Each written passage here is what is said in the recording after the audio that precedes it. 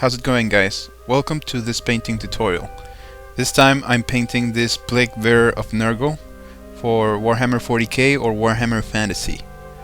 This is the result that you're going to get if you follow the tutorial. I have to say I'm really pleased with the result of this painting scheme, and I tried to paint it as close as possible to the Games Workshop painting style that you see on the page. So this is it. I hope you enjoy it, and we shall start.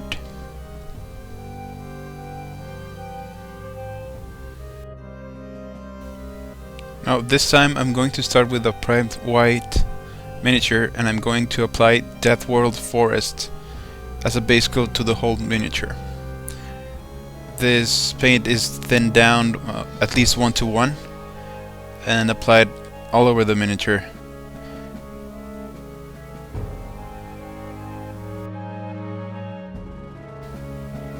It doesn't matter which color you use for a primer. You can use the black primer or any other color you want. The only difference would make that the overall appearance of the miniature at the end is going to appear darker if you use the black one. So I'm going for a bright miniature. I'm going with a white primer.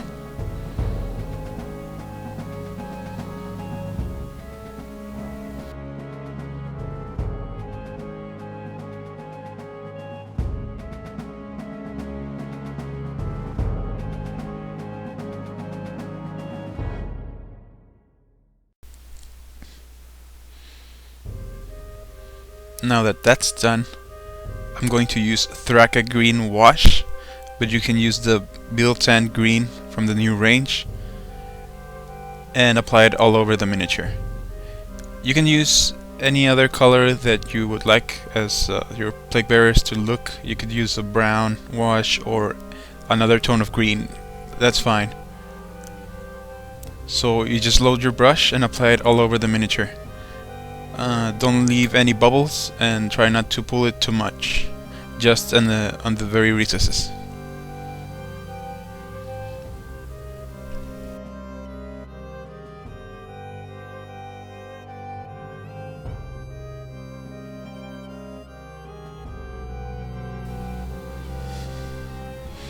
Now next I'm going to use Nurglin green. And this paint I'm going to thin it down with water and glaze medium, 1:1 mix approximately. You can use thicker paint if you want, but having thinner paint will allow a better transition. And I'm going to start highlighting all of the green parts. In this step, it's important to cover almost all of the miniature, just leaving the recesses on the back. And don't worry about covering the pustules because we're going to paint them later. But yeah, you have to leave the shadows on the previous color and paint most of the skin with this new Nurglin green.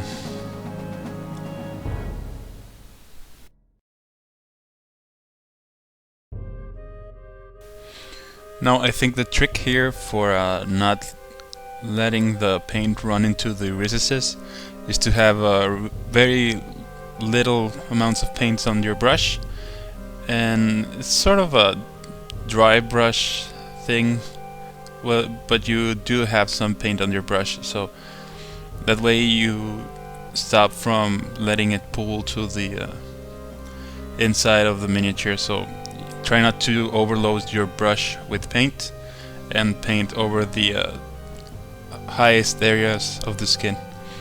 Now this is how the miniature looks after the first highlight. I'm going to apply the same mixture and give it a second coat, just to define a little bit better the color and to make... Actually, you are making a transition with the same color because the previous one was very thin and it wouldn't cover 100% on the first try. So I'm sort of cleaning up those places where I'm not very happy with the result and making the miniature look a little bit better. This step goes a little bit faster because it's already painted. You're just pinpointing the places where you want to improve the color of the miniature and places that you might have missed. And that's it.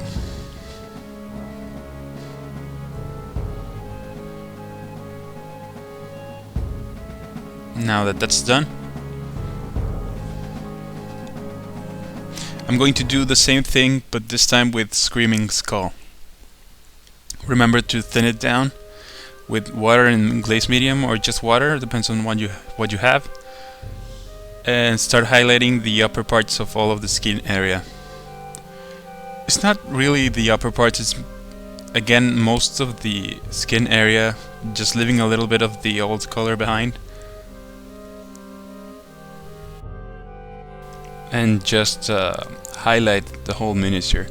If you look at the miniatures on the website, they look very pale green.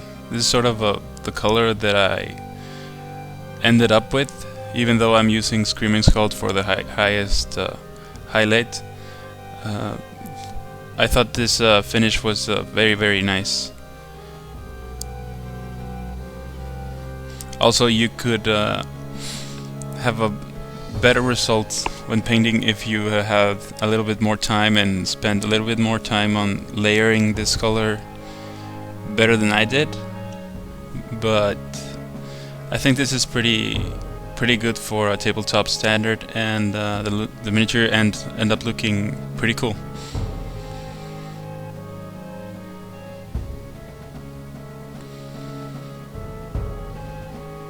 Now this is the miniature after the Screaming Skull. What I'm going to do now is to paint the gore, and I'm going to start with a base of Mephiston red.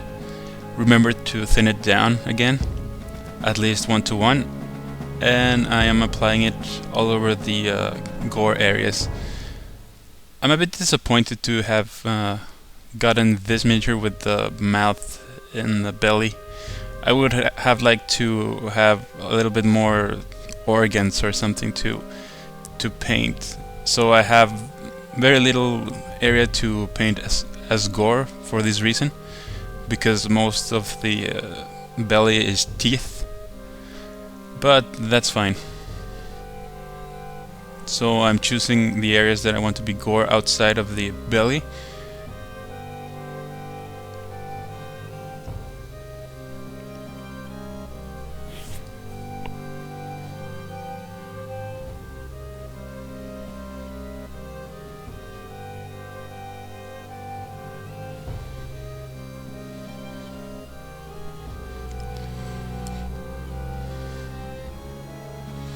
So now that that's done, I'm going to paint the horn, and I'm going to start with a Mournfang brown, and I'm going to start a transition from brown to black. So I'm leaving a little bit of the green behind on the lowest part of the horn, and using the Mournfang brown to color the rest. Now I'm going to use Rhinox hide to paint about half of the horn that I've painted with the other Mournfang brown towards the upper part of the horn.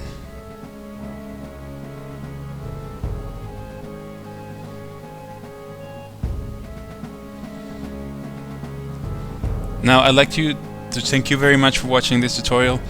Stay tuned for the second part, and if you like it, please rate, comment and subscribe, and share it with your friends if you think this tutorial is good.